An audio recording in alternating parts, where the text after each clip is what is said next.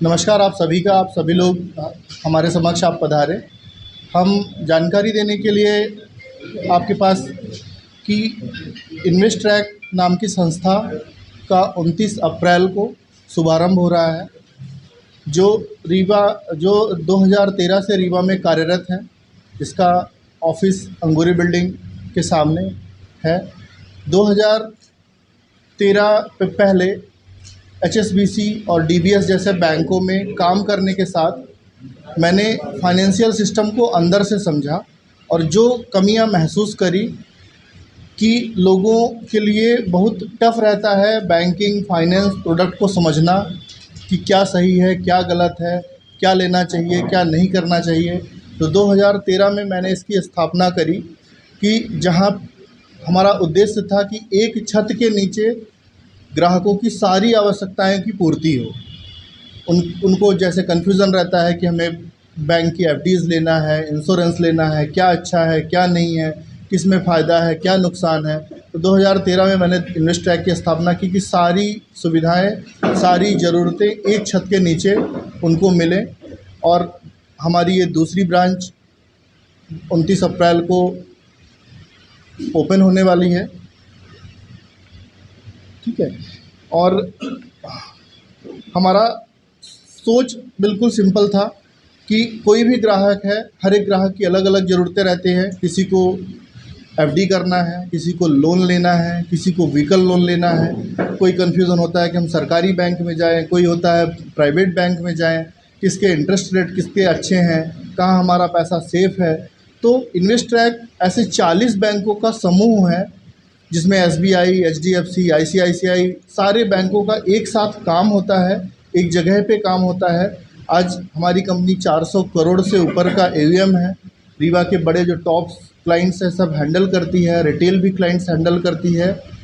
और हमारे साथ में रवि जी हैं, रवि मिश्रा जी, जो कंपनी के चीफ ग्रोथ स्ट्रेटजी ऑफिसर हैं, जो कंपनी को टेक्नोलॉजी बेस्ड ग्रोथ ड्राइवन में पूरा सहयोग करते हैं कि कैसे हमें डिजिटल माध्यम से हम लोगों को ज़्यादा से ज़्यादा हम लोगों तक कनेक्ट हो सके, पहुंच सकें और लोगों को पैसे को हम ट्रांसपेरेंसी दे सकें कि वो अपना खुद पैसा व्हाट्सएप की तरह इजीली देख सकें कि इतना पैसा मेरा स्टेट बैंक में है, इतना HDFC में है, इतना मैंने FD किया है, इतना मैंने पॉलिसी ख़रीदा है, इतना मैंने बॉन्ड है, इतना मैंने लोन लिया है।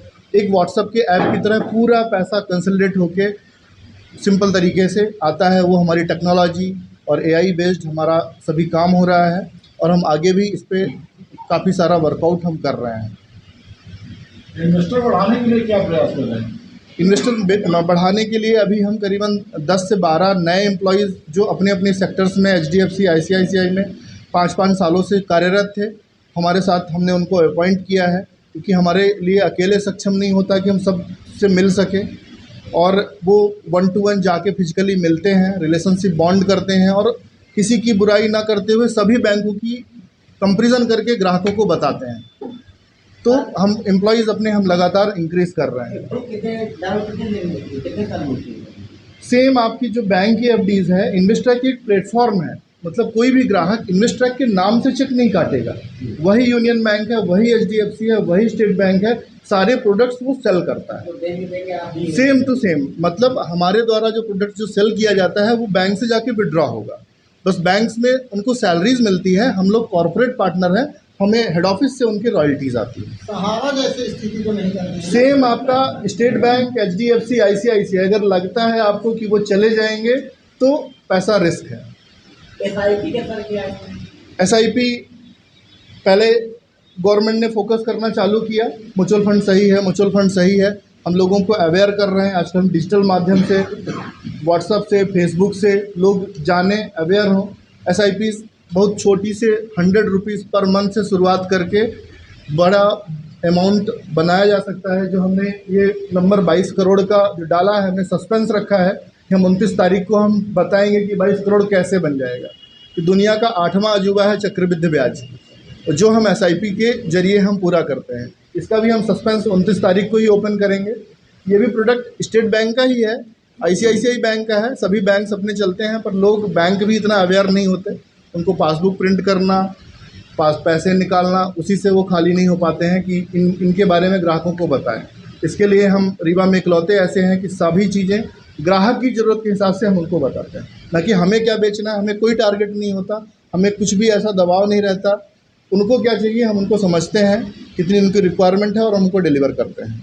ग्राहकों के भरोसे की हम कभी ऐसा होता है हमारे साथ कि आपने हमारे साथ लाख रुपए जमा किया, हम उनको बोलते हैं कि जाके आप मेन ब्रांच से आप अगले दिन या कि तीसरे दिन उसको विड्रॉ कर सकते हैं। तो उनकी ट्रांसपेरेंसी बिल्कुल उनको क्लियर रहेगी कि बैंक और इनमें अंतर नहीं है, बस ये उनके कॉरपोरेट पार्टनर हैं। वहाँ पे जमा करें तो बस उनको सर्विसेज नहीं मिलती है। स्टेट बैंक कोई भी ऐसी ब्रांच है जहाँ पे उसने पैसा जमा किया लाखों करोड़ रुपए, वहाँ से सर्विस नहीं मिल रही है। हमारे पास अगर ग्राहक आता है, हम एक मेल लिखेंगे हेड ऑफिस को कि ग्राहक को सर्विस नहीं मिल रही है, तो वो पैसा हमारे पास मैप हो जाएगा, हम उसको घर पहुंचा के सारा साइन करेंगे, सीनियर सिटीजन कराएंगे। मतलब उनमें और हम में कोई भी केवल सर्विसेज का अंतर है। कोई भी ग्राहक SBI, HDFC, एक्सिस जैसे बड़े बैंक को छोड़कर आपके पास क्यों आए? हम केवल सर्विस प्रोवाइडर हैं, ना कि हम उसके ऑनर हैं। मतलब हमारा पैसा आपने हमारे पास जमा किया, आप उस बैंक से जाके विड्रॉ कर सकते हैं, ठीक है। हमारे पास हमने जमा किया, बैंक से जाके विड्रॉ कर सकते हैं। हम उसके कॉरपोरेट पार्टनर हैं, ना कि ऑनर हैं। रिस्क तब है, नहीं, हम कॉरपोरेट पार्टनर है। जैसे एक एजेंट होता है, केवल एक बैंक के साथ काम कर सकता है। LIC का एजेंट हो गया, LIC के साथ काम कर सकता है, पर जो कॉरपोरेट कंपनियां हैं वो 50 बैंकों के साथ काम कर सकती हैं। इसी तरह से आज इन्वेस्ट्रैक करीबन 400 करोड़ से ऊपर का पैसा संभाल रही है। 2013 से जितने भी रीवा में बड़े कॉरपोरेट, हॉस्पिटल, CA, बैंकर, सबका पैसा संभाल रही है और पूरा ट्रांसपेरेंट। उनको खुद भी रहता है कि हमें समझ में नहीं आता कहाँ जमा करें, क्या जमा करें, कहाँ से निकालें। बस वो चीज़ हमने सॉफ्टवेयर दे दिया, वो देखते रहते हैं मेरा 1 करोड़ का 1.5 करोड़ हो गया है, कैसे हो गया ये हमारा नहीं है।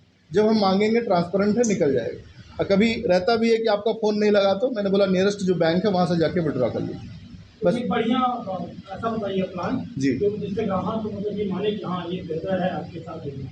नहीं, हम प्लान जो रहता है तो नीड बेस्ड हम करते हैं। आप यहाँ पे इतने सारे लोग हैं, सबकी ज़रूरतें अलग अलग हैं।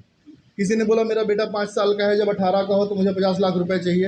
अब उसने बोला कि बताइए कहाँ से मिलेगा, LIC देगा कि पोस्ट ऑफिस देगा कि स्टेट बैंक देगा कि बीमा से मिलेगा, वो हम उसको कंपेरिजन करके पूरा का पूरा देते हैं। अब वो उसको पसंद करता है कि नहीं बीमा वाला तो कम फ़ायदा है, पोस्ट ऑफिस में ज़्यादा फ़ायदा मिल रहा है, पर इधर इनकम टैक्स लग रहा है, अगर यहाँ पे जमा कर देते तो नहीं, तो हम पूरा का पूरा उसको कंपेरिजन दे देते हैं।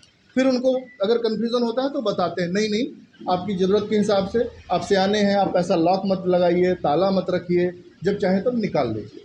बस अंतर यही है कि हमारे पास जो कर्मचारी हैं घर पे जाके सारा साइन करा के सब सर्विसेज कराते हैं। तो सब करते हैं जो रीवा से 11 कंपनियां जी, उनके कर्मचारी भी घर एक जाते हैं। बिल्कुल मैं आपकी बातों से सहमत हूँ, पर बिल्कुल आपसे सहमत हूँ, पर अगर आपके पास 5 लाख रुपए है, आपने चेक काटा SBI के नाम से, तो अगर SBI के पास आपका पैसा डायरेक्ट जा रहा है, ना कि इन्वेस्ट्रैक के पास, खतरा तब है जब आप उस चेक को इन्वेस्ट्रैक के नाम से काटें और इन्वेस्ट्रैक का कल शटर बंद हो जाए तो आप कहाँ ढूंढेंगे। जब SBI के नाम से आप पैसा काट रहे हैं, दे रहे हैं, तो निश्चिंत है। और जब हमने स्टेटमेंट जारी किया तो आप जाके उसको वेरीफाई भी कर सकते हैं कि ये बताइए असली है कि नहीं है। तो बिल्कुल भी आपको वहाँ पे डरने की ज़रूरत नहीं है। हम बॉर्न बर्थ रीवा से ही हैं, 12-15 सालों तक बाहर रहे, 1 साल तक फॉरेन में रहा, पुणे में रहा, मुंबई में रहा, और लास्ट में 2013 में रीवा आया और कंपनियों का काम करता रहा। और HSBC जैसे बैंक का उनका फ्लेवर था कि 50 लाख से इन्वेस्टमेंट चालू होता था। तो रीवा आने के बाद में पैसा तो बहुत है लोगों के पास में, पर 50 लाख का चेक नहीं करता। तो सबसे ज़्यादा जो हमने फोकस किया, डॉक्टर्स पे फोकस किया। आज रीवा के बड़े बड़े डॉक्टर से आप कहीं पे भी बैठे हैं, इन्वेस्ट्रैक को जानते हैं, सुधीश को जानते हैं, हाँ हम जानते हैं। कहीं ना कहीं आप 2 से 300 तीसरा डॉक्टर, बड़े हॉस्पिटल्स, सारा पैसा कंपनी कंट्रोल करती है।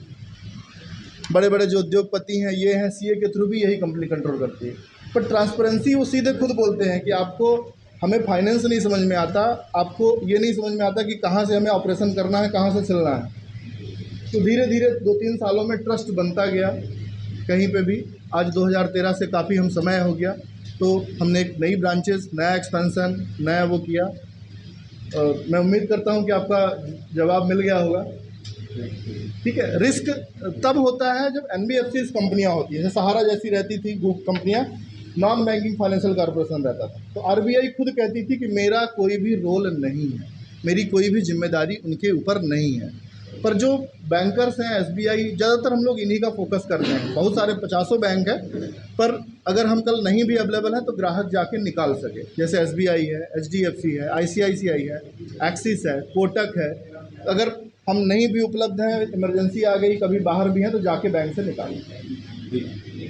का एक बार पुनः इन्वेस्ट्रैक के प्लेटफॉर्म की तरफ से आपको इन्वेस्ट्रैक के विषय में जो सुधीर जी ने जैसा बताया आपको समझ में मेरे ख्याल से आया होगा। हमारी जो अप्रोच है वो बहुत सिंपल है, ठीक है, कि हम कस्टमर को वो देना चाहते हैं जो उसको चाहिए, ना कि वो दें जो बैंक को चाहिए या जो कंपनीज़ को चाहिए, जो इंश्योरेंस कंपनी है। हर प्रोडक्ट में कंपनी एक मार्जिन लेकर के चलती है जिसको प्रॉफिट कहते हैं, ठीक है।